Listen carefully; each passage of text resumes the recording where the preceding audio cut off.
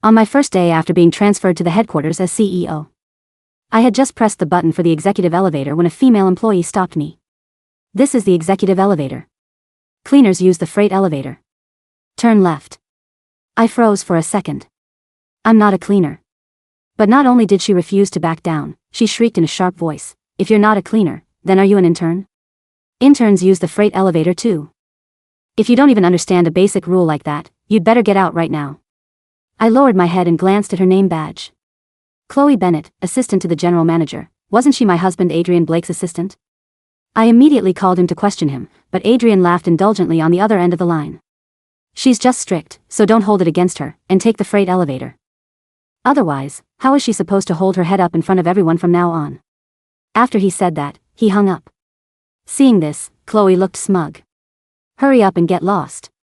Executives will be using this elevator later, so don't dirty it." I laughed from anger, pushed her aside, stepped straight into the elevator, and pressed the button for the top floor. Since management had been so poor before, would handle it today. Chloe froze, then reached out to pull me. "Are you deaf? This isn't an elevator someone like you can use, so get out right now." I ignored her. I pressed the door close button directly. The elevator doors slowly closed, and she screamed before yanking her hand back in a panic. I never expected that in such a large company, there would actually be class discrimination like dedicated elevators inside. The elevator stopped on the 68th floor. I was in no hurry to go to the CEO's office, and I did not plan to find Adrian first either. Instead, I turned and walked toward HR, planning to take a good look at the company's hiring standards and rules first. But before I even reached the door, a sudden force came from behind me and yanked me backward. "You actually came up here. This is the top floor. It's not somewhere a person like you can come." I turned my head. It was Chloe again. She yelled at me, "You didn't pass my approval for full-time employment. You don't need to report to HR, so just get out. You even dared to ignore what I said. If you still think you can get in, you're dreaming." "What?" I laughed from anger. "How come I didn't know that whether interns at our company pass probation depends on you?" After hearing that, Chloe not only failed to restrain herself, but crossed her arms and gave a smug scoff. "Who else would it depend on? I'm telling you. Every person sent to Mr. Blake has to pass through me, his chief assistant. You're just an intern, yet on your first day, you sat in the executive elevator without permission, so you clearly don't respect company leadership at all. I absolutely have the right to fire you directly." When the nearby co-workers heard the commotion, they gathered around one after another, and most of them echoed her. Interns these days can't handle even the slightest hardship. Today she's fighting to ride the executive elevator, so tomorrow is she going to fight to sit in the CEO's seat? If Miss Bennett says you don't pass, then you don't pass, and even if you bypass her and go to Mr. Blake, with just one look from Miss Bennett, you still won't pass. Offending Miss Bennett is no different from offending Mr. Blake. Why haven't you gotten lost yet? I stood in the middle of the crowd, listening to those words, and felt a breath clog in my chest, heavy and suffocating. It seemed this woman was not just Adrian's assistant. Seeing me frozen in place, Chloe reached out and jabbed my shoulder. "Did you hear that? Before Mr. Blake finishes his meeting, hurry up and get lost. Otherwise, with Mr. Blake's temper, once he sees I've been bullied, he'll make sure you can never work in this industry again." The moment she reached out, I caught sight of the white watch on her wrist. Wasn't this the one Adrian asked me to buy last month, saying it was a birthday gift for his mother? There were only 10 of this model in the world. Among them, this was the only one with a white strap. I never expected that in the end, it would be worn on Chloe's wrist. I took a deep breath, slapped her hand away hard, and said coldly, "Fine, then let Adrian come say these words to me. I'd like to see whether he dares." The air suddenly went silent. But very soon, Chloe reacted and pointed at me as she screamed. "Is Mr. Blake someone an intern like you can meet whenever you want?" As she spoke, she suddenly frowned, and her gaze became wary and disdainful. "I get it now. I think you came here to seduce Mr. Blake. First, you acted special and insisted on taking the executive elevator, and then you called him by his full name in front of everyone. Aren't you just trying to get his attention and pull some Cinderella climb to the top act? You think you can seduce Mr. Blake? Why don't you take a look at whether you're worthy? I've seen plenty of women like you. Too bad for you, Mr. Blake has a thing about cleanliness, and at the company, aside from me, no other woman can get close to him." I looked at her, furious beyond words. "I'm here to work. Also, starting today, anyone can use that elevator." Chloe froze for a second, then her entire face flushed red. "What status do you have, and what right do you have? How dare you overturn the rules I set? I've been with Mr. Blake for 10 years, and the rule for exclusive elevator use has existed for 10 years too. How dare you talk nonsense in front of me? At that moment, a woman wearing glasses walked over from the side of the crowd and gently tugged on my sleeve. You should just listen to Miss Bennett. I've worked on the 63rd floor for so many years, and I've always taken the freight elevator, so it's not that uncomfortable. I could not help turning to look at the person who had spoken. This is workplace discrimination. Have you never thought about objecting? The next second, Chloe slapped her across the face. So what if I made you take the stairs? You've worked for so many years and still haven't been promoted to executive level. Not being able to ride the executive elevator is because you're useless. How do you still have the nerve to speak? If you dare to cut in again, I'll make you get out too. I froze for a second, completely unable to believe she had actually hit someone. I hurriedly pushed her away. That's enough. How can you hit people? Chloe gave a cold laugh, then raised her hand and slapped me hard across the face. I didn't just hit her, I'm hitting you too. At that moment, the people in HR heard the commotion outside and hurriedly opened the door to come out. The person leading them was the HR manager, Megan Carter, and she recognized me at a glance as the CEO who had just been transferred over today. Her face instantly went pale, and she yelled at Chloe Bennett. What have you done? After seeing her, Chloe narrowed her eyes and looked coldly at Megan. Megan Carter, does your HR department not want to work anymore? You dare recruit an intern of this level? She pointed at me, her tone growing even harsher. I'm telling you, just because she used Mr. Blake's executive elevator today, I now have to find someone to clean it inside and out. The cost will be at least $5,000. Should that money be deducted from your HR department's salaries? I laughed from anger. $5,000 for one elevator ride? That's extortion. Also, do you know that what you just did already constitutes workplace violence and intentional assault? I'm going to sue you. Chloe froze for a second, then threw her head back and burst out laughing. You? I'm telling you, at our headquarters, everything is decided by Mr. Blake. With Mr. Blake here, what can you possibly do to me? As she spoke, she turned to Megan with a displeased look. Megan, cancel her internship eligibility immediately. After today, I don't want to see her in the company again. Otherwise, once Mr. Blake finishes his meeting, I'll hold you accountable too. Megan hurriedly reached out to steady me. Before she could even ask how I was, Chloe yanked her away. Didn't you hear what I said? Why are you helping an intern? At this point, she looked me up and down. Don't tell me you're Megan Carter's relative. After the surrounding employees heard that, they all frowned and began accusing Megan. Megan, this isn't right of you, is it? We've been colleagues for so many years, and when I asked you to arrange a position for my son before, you refused, but now you're bringing your own relative in? What? Megan panicked completely and hurriedly looked at my face.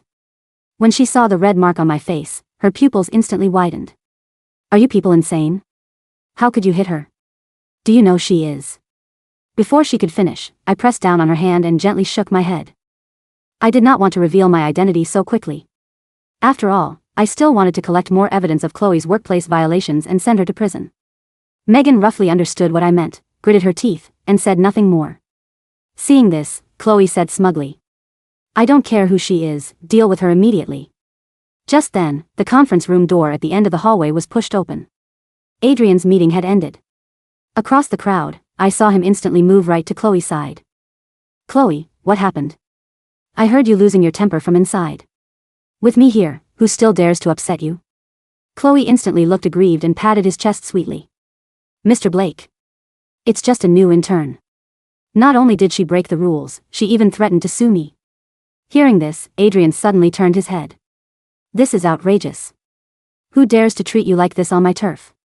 The next second, he turned and saw my face clearly, and his entire body froze. Looking at his guilty expression, I could not help giving a cold laugh. Adrian, do you think I dare or not? When he saw me, he instantly put distance between himself and Chloe and pretended to stay calm as he spoke. Didn't I tell you not to make a big deal out of the elevator? Why did you turn it into something as serious as a lawsuit? Hearing this, everyone looked at me in unison. What does that mean? Does this woman really know Mr. Blake? But so what if she knows him? Didn't you hear? Mr. Blake is still helping Miss Bennett. When Chloe heard those words, her eyes instantly reddened. She reached out and grabbed Adrian's sleeve, her voice full of grievance. Mr. Blake, you said that in the company, no matter who it is, everyone has to strictly follow the rules I set. Even if she knows you, she is no exception. Besides, I was only worried that some outsider with an unclear background would just sit in your private elevator like that. What if she had some infectious disease? What would you do? When Adrian heard those words, his expression instantly softened, and he turned to look at me. Emma, she's just a young woman who takes rules seriously. I'll have her apologize to you, and we can let it go, okay? Apologize? Chloe's expression instantly turned displeased, and she suddenly shook off his hand. Mr. Blake. Aren't you here to help me? Why are you making me apologize to her? What right does she have? I was only protecting your private elevator, so what did I do wrong? I looked at Adrian with a half-smile. Private elevator? Adrian Blake, the company is not a place for you to act special. As for her apology, I don't accept it. What? Chloe's eyes widened with anger. Who said I was going to apologize? You don't even count as a formal employee, so since when do you get to interfere with our company's rules? Adrian seemed to realize that I was truly angry. He hurriedly stepped in front of me and said to Chloe, enough. Be quiet for now. Then he turned and pulled me aside, speaking in a low voice. Emma, she's still young, so don't hold it against her. If you're this aggressive toward a young person, who will respect you in the future? I instinctively frowned and shook him off.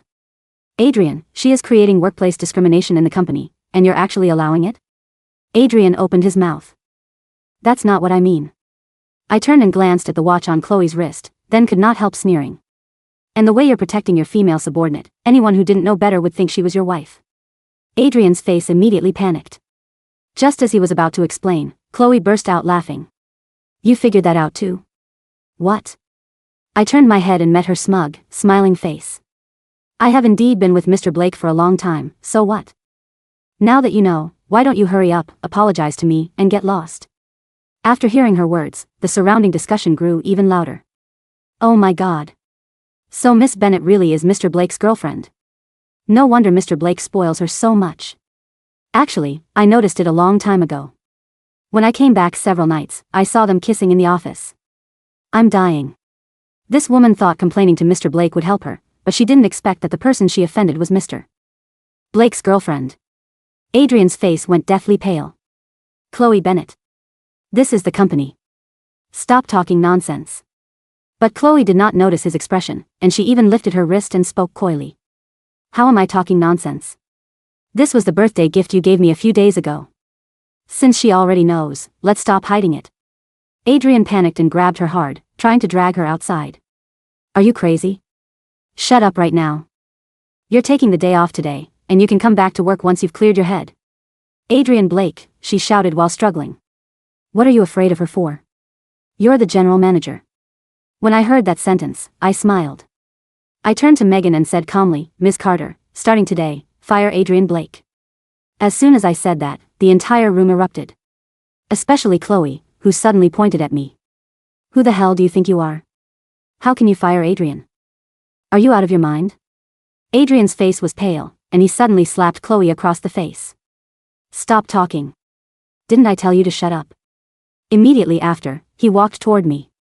Honey, trust me, there's really nothing between me and her. I sneered and shook him off. In the company, shouldn't you call me boss? The silence that followed my words was so absolute that you could hear the hum of the central air conditioning vents 68 floors above the city.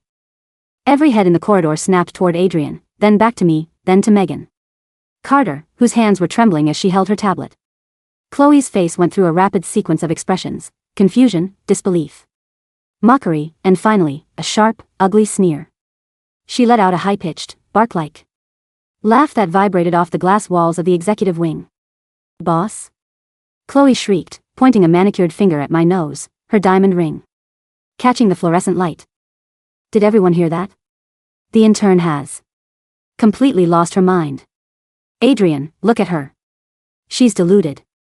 She thinks because she read your name on a plaque somewhere, she can just walk in here and pretend to be.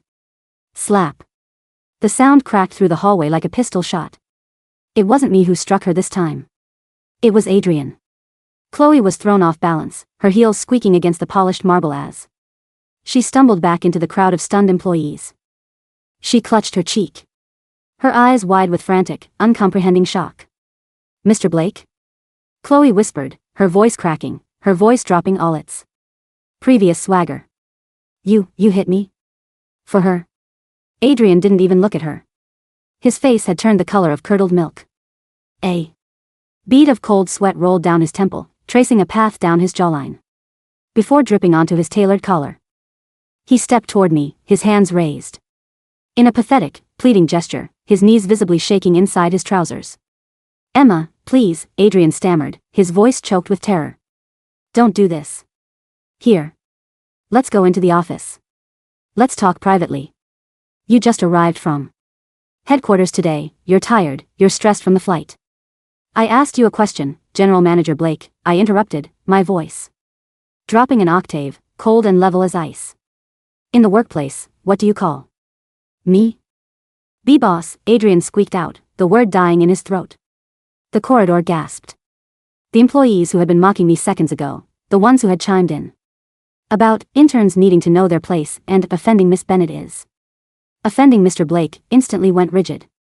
The woman who had made the comment about interns fighting for the CEO's seat turned so pale she looked as if she were about to faint. "B-boss?" Chloe stammered, her eyes darting between Adrian's terrified face and my calm, indifferent posture. "Adrian, what are you talking about? She's just an intern. She didn't even have an access badge." I stopped her at the elevator. "She's..." "Shut up. Shut your mouth, Chloe," Adrian roared, turning on her with a desperate, animalistic fury. "Do you have any idea who this is? This is Emma Vance, the global CEO of the parent conglomerate. She holds 70% of the holding company's shares. She owns this building, she owns this company, and she owns your entire pathetic career." The revelation landed like a megaton bomb. The silence returned, heavier this time, suffocating. The employees stood frozen, staring at me as if I had suddenly transformed into a titan. The woman from the 63rd floor, the one Chloe had slapped moments earlier, stared at me with wide, tear-filled eyes, her hands covering her mouth. In shock. Chloe's hand slowly slid down her red, swollen cheek. Her lips parted, but no sound came out. Her eyes darted to Megan Carter, seeking some denial, some sign that this was a cruel prank. Megan didn't offer her a lifeline. Instead, Megan stepped forward, her spine straight, and cleared her throat. She tapped her tablet, bringing up the official global corporate mandate issued at midnight. "Effective 8 a.m. today," Megan announced, her voice echoing clearly across the floor. "MS. Emma Vance has officially assumed the role of executive chairwoman and CEO of headquarters. Her appointment was ratified by the International Board of Directors last Tuesday. General Manager Adrian Blake was notified via certified corporate dispatch 3 days ago." Megan turned her eyes directly to Chloe, her gaze sharp and devoid of the fear she had shown minutes prior. "Furthermore, as HR manager, I am now officially recording the physical assault, verbal harassment, and gross misuse of authority committed by Chloe Bennett against the CEO and staff members." "No," Chloe whispered, taking a step back. "No, no, no. Adrian, tell her. Tell her it's not true. You're the general manager. You built this office. You're her husband." "Husband?" someone in the crowd muttered under their breath. "Wait.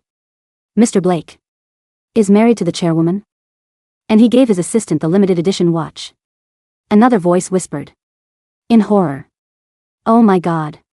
Adrian," I said, ignoring the rising murmurs around us. I took a step toward him.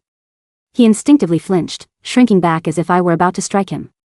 "Did you forget to mention to your assistant that the woman who funded your entire promotion, bought your suits, and sat on the global board was coming to inspect this branch today? Emma." "Emma, hear me out," Adrian pleaded, his hands trembling as he tried to grab my arm. I stepped back, avoiding his touch as if he were carrying a contagious disease. She's just an assistant who took her job too." "Seriously. She misunderstood the boundary. I gave her the watch because she completed a big project last month. It was a performance bonus. I was going to buy another one for my mother." "A performance bonus?" I let out a dry, humorless laugh. "A 1 of 10. World Edition watch valued at $120,000 as a performance bonus for an administrative assistant? Do you take me for an idiot?" Adrian? I turned my head and looked directly at Chloe's wrist. The sleek white leather strap looked stark against her pale skin. Take it off, I said softly. Chloe clutched her wrist to her chest, her eyes flashing with a mix of panic and stubborn malice. This is mine. Mr. Blake gave it to me. You can't just take back a gift. I didn't buy that watch for you to give to your mistress, Adrian, I said, looking back at my husband. I bought it with my personal capital account. Imported it under my name, and had it delivered to our residence. You took it out of my safe, lied to my face that you were giving it to your mother for her 60th birthday, and strapped it onto her. I looked at Megan. Call corporate security. And call the precinct. I want a formal report filed for theft of personal property valued over $100,000, physical assault in the workplace, and unlawful intimidation. Right away, Ms. Vance, Megan said, immediately tapping her phone. No. You can't call the police. Chloe shrieked, finally realizing the nightmare she was tumbling into. She dropped to her knees, abandoning all her composure, and grabbed Adrian's trousers. Adrian. Do something. You promised me. You said. Once you took full control of the headquarters, you transfer 20% of the branch equity to me. You said she was just a corporate figurehead who stayed abroad. You said you ran everything. The crowd went dead silent once again. Adrian's face drained of whatever little color he had left. Chloe, shut up. Shut your mouth, he screamed, kicking her hand off his leg. She's insane. Emma, she's lying. She's trying to frame me because she knows she's ruined. Is she? I asked softly. I glanced around at the gathered staff. The toxic culture in this building didn't happen overnight. It was cultivated. It was fed by Adrian's arrogance and Chloe's unchecked cruelty. Megan, I said. Yes, Chairwoman. Effective immediately, terminate Adrian Blake's employment contract with cause. Freeze all his corporate accounts, revoke his security access, and initiate an immediate forensic audit of all operational expenses, vendor contracts, and discretionary funds managed by the General Manager's office over the last 3 years. Emma. You can't fire me. Adrian yelled, his voice cracking with hysteria. I'm a founder of this branch. I have equity. My name is on the registration. Your name is on the registration because my family's holding company put it there, I said coldly, stepping up to him until I was looking him dead in the eye. And today, I'm taking it off. I turned my back on him and looked at the woman from the 63rd floor, who was still standing near the wall, holding her red cheek. What is your name? I asked gently. Lisa. Lisa Chin, ma'am, she stammered, lowering her head nervously.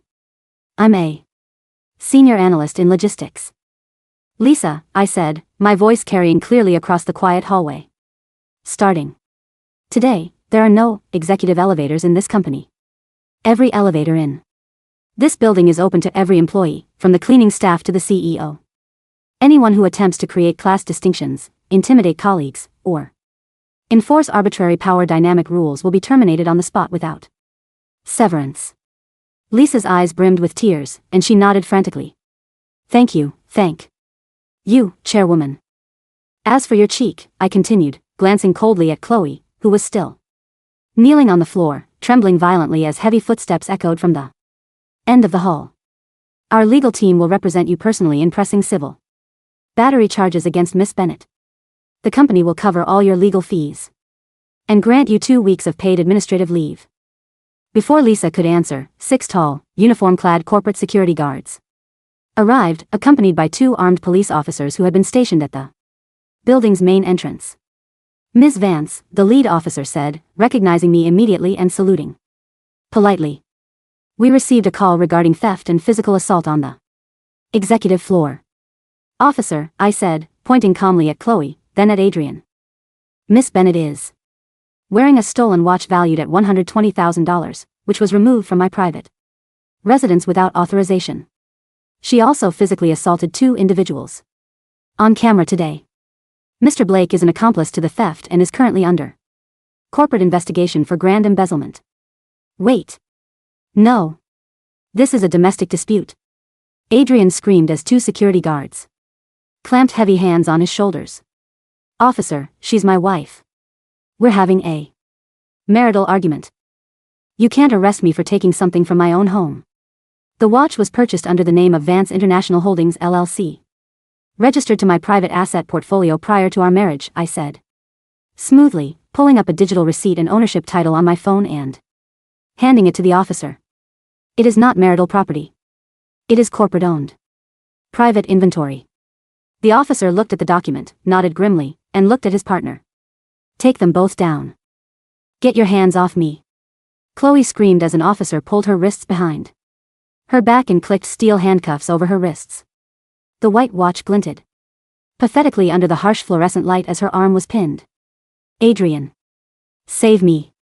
Adrian. Emma. Emma, please. Think about my mother. Adrian sobbed as he was dragged backward toward the freight elevator, the very elevator Chloe had told me to use. She's sick. If she finds out I was arrested, her heart won't take it. Emma. Your mother will be fine, Adrian, I said, watching him get shoved into the metallic elevator box. In fact, I'll be sure to visit her myself and explain exactly why her son won't be attending her birthday party this year. The freight elevator doors slid shut with a heavy metallic clack, swallowing their screams and pleas whole. The executive floor was dead quiet. Dozens of employees stood glued to their spots, terrified to even breathe loudly. The arrogant atmosphere that had choked this floor 20 minutes ago had evaporated, replaced by a tense, electric atmosphere of sudden accountability. I turned to face the crowd. My expression was impassive.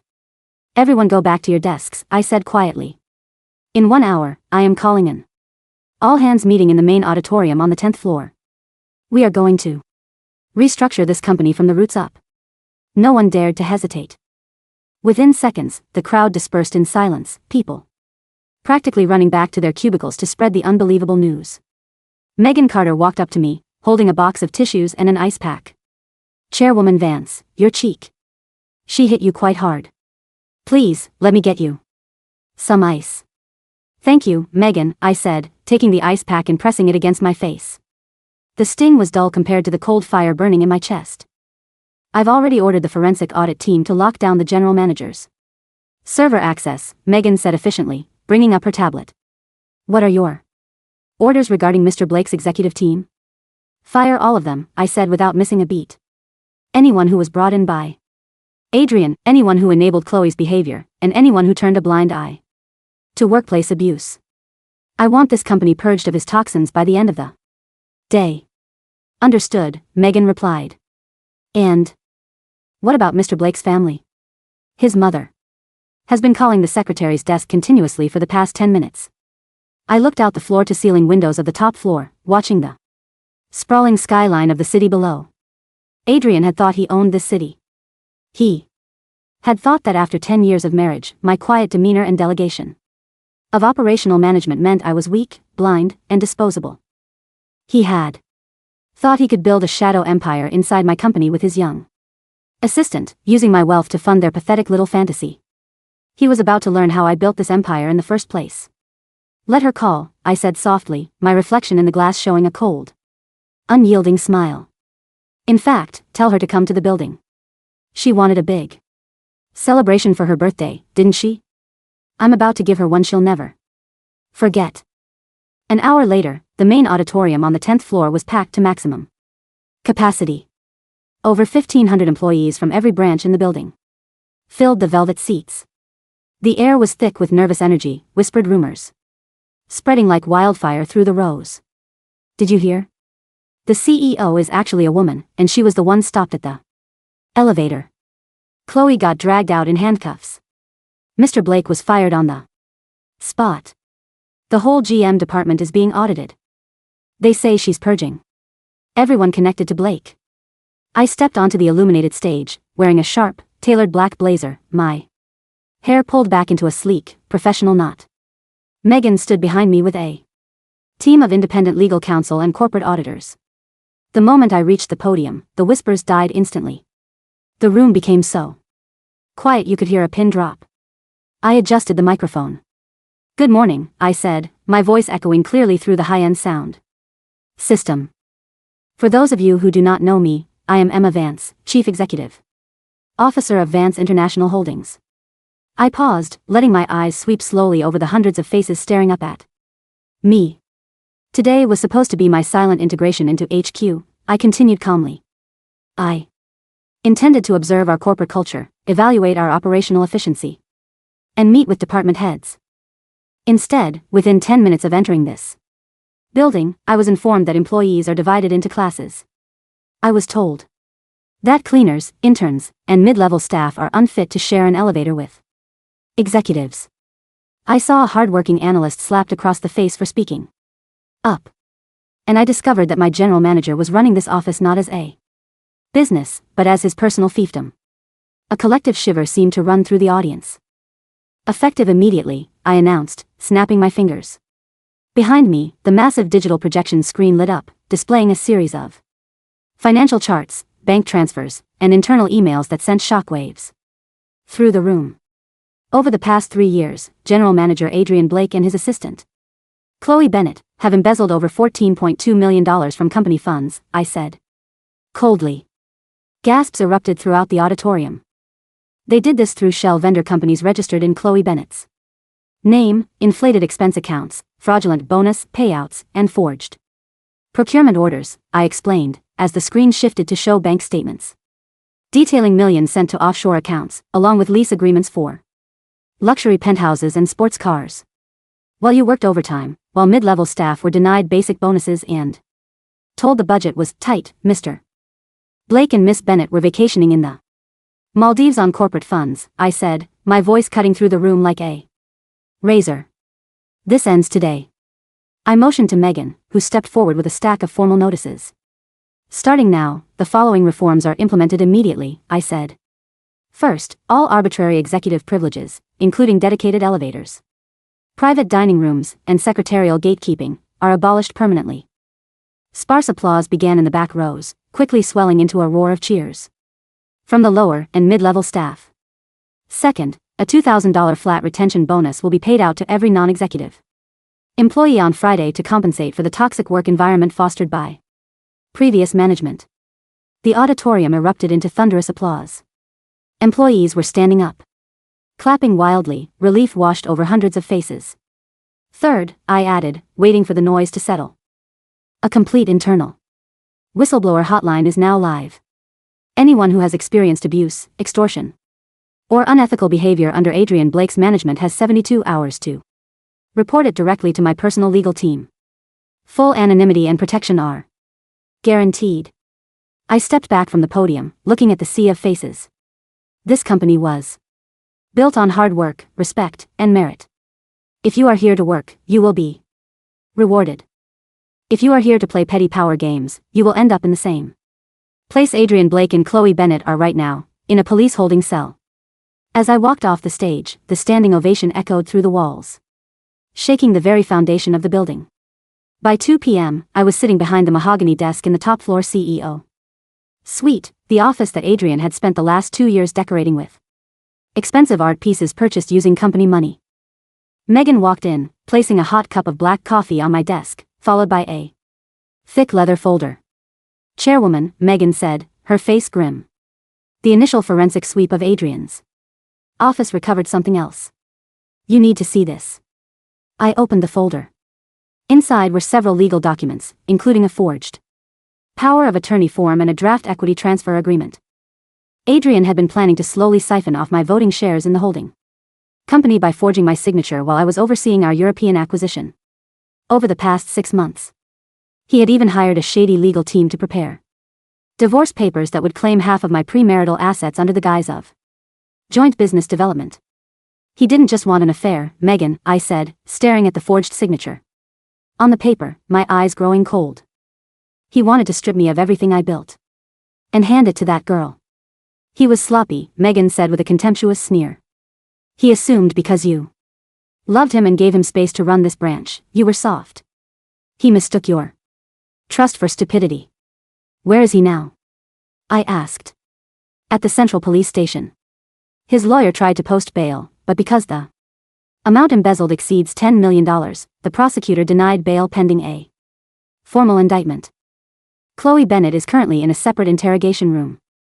From what the precinct liaison told us, she's already breaking down and blaming everything on Adrian to save herself. I smiled faintly. Loyalty among thieves is always so fleeting. Just then, the phone on my desk buzzed. It was the front desk security. Chairwoman Vance, the security guard said nervously over the line. There's an elderly woman downstairs demanding to see you. She says she's your mother-in-law, Mrs. Evelyn Blake. She's causing a massive scene in the lobby, screaming that you arrested her son. I looked at the gold clock on the wall. 3 p.m. Send her up, I said calmly. And Megan, make sure the elevator is running smoothly. 5 minutes later, the double doors of the CEO suite were slammed open with a loud bang. In marched Evelyn Blake, dressed in a gaudy designer outfit that Adrian had undoubtedly bought for her with stolen company funds. She was clutching a crocodile skin handbag, her face flushed red with unbridled fury, her dyed hair slightly disheveled. Emma Vance. Evelyn shrieked, marching straight up to my desk and slamming her purse onto the polished wood. Are you insane? Have you lost your mind entirely? I didn't get up. I slowly took a sip of my coffee, set the porcelain cup down on its saucer with a gentle clink, and looked up at her. Good afternoon, Evelyn, I said smoothly. You're early for your birthday. Don't you good afternoon me, you ungrateful, heartless woman. Evelyn roared, her face twisting in rage. I just got a call from the police station. My son, my poor, brilliant Adrian, is sitting in a cold cell in handcuffs because of you. He is in handcuffs because he stole $14 million from my company, committed grand larceny, and aided his mistress in physically assaulting me, I said coldly. Mistress? Evelyn waved her hand dismissively, scoffing loudly. So what if he had a little fun with an assistant? He's a successful, powerful man. Men in his position make mistakes. You've been traveling overseas for 6 months, leaving him all alone. What did you expect him to do? I stared at her, genuinely amazed by the sheer audacity of her logic. So you're saying it's my fault he cheated on me and stole my money? You are his wife. Evelyn yelled, leaning over the desk, pointing an angry finger at my chest. A dutiful wife forgives her husband's minor missteps. You should be ashamed of yourself, washing your dirty laundry in public and dragging him to police in front of his employees. Do you know how much damage you've done to our family's reputation? Our family? I sneered softly. Evelyn, you didn't have a penny until I married your son 5 years ago. I paid off your gambling debts, bought your villa in the suburbs, and paid for your heart surgery. You exist in luxury because of my money. And Adrian built this branch for you, she shot back defensively. He worked day and night. He deserves every penny he took. You have billions. Why are you being so stingy over a few $1 million and a silly watch? At the mention of the watch, I couldn't help but laugh out loud. Ah, the watch, I said, reaching into my desk drawer, pulling out a white leather display box, and tossing it onto the desk in front of her.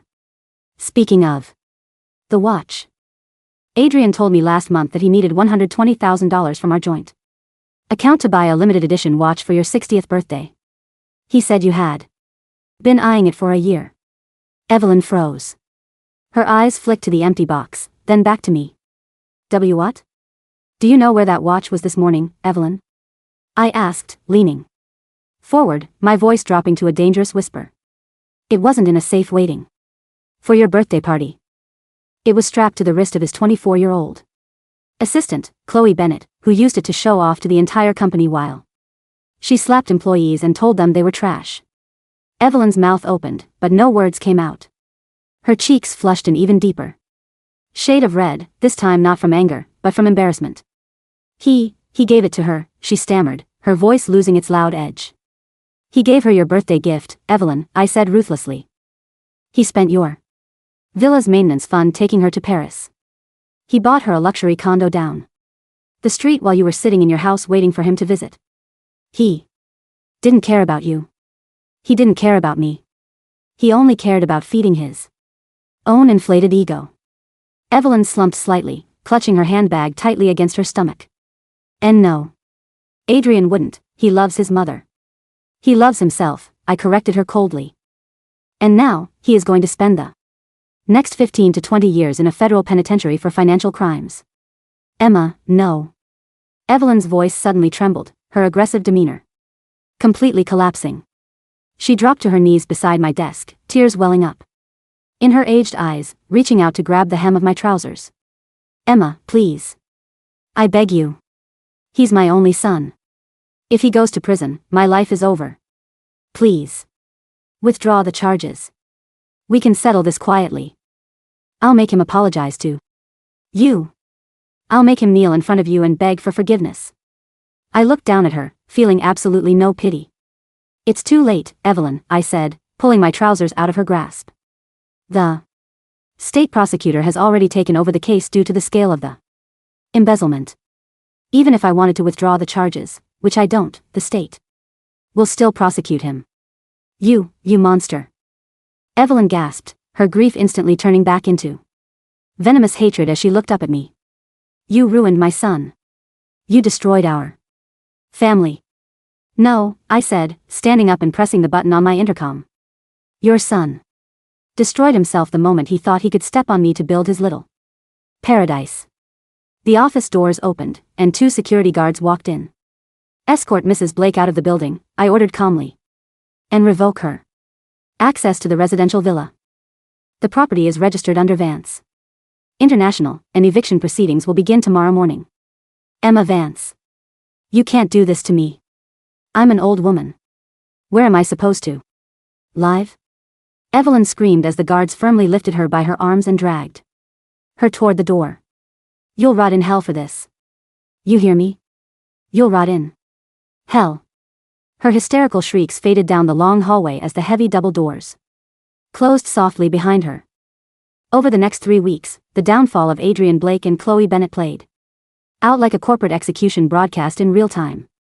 The forensic audit uncovered a web of corruption far deeper than initially estimated.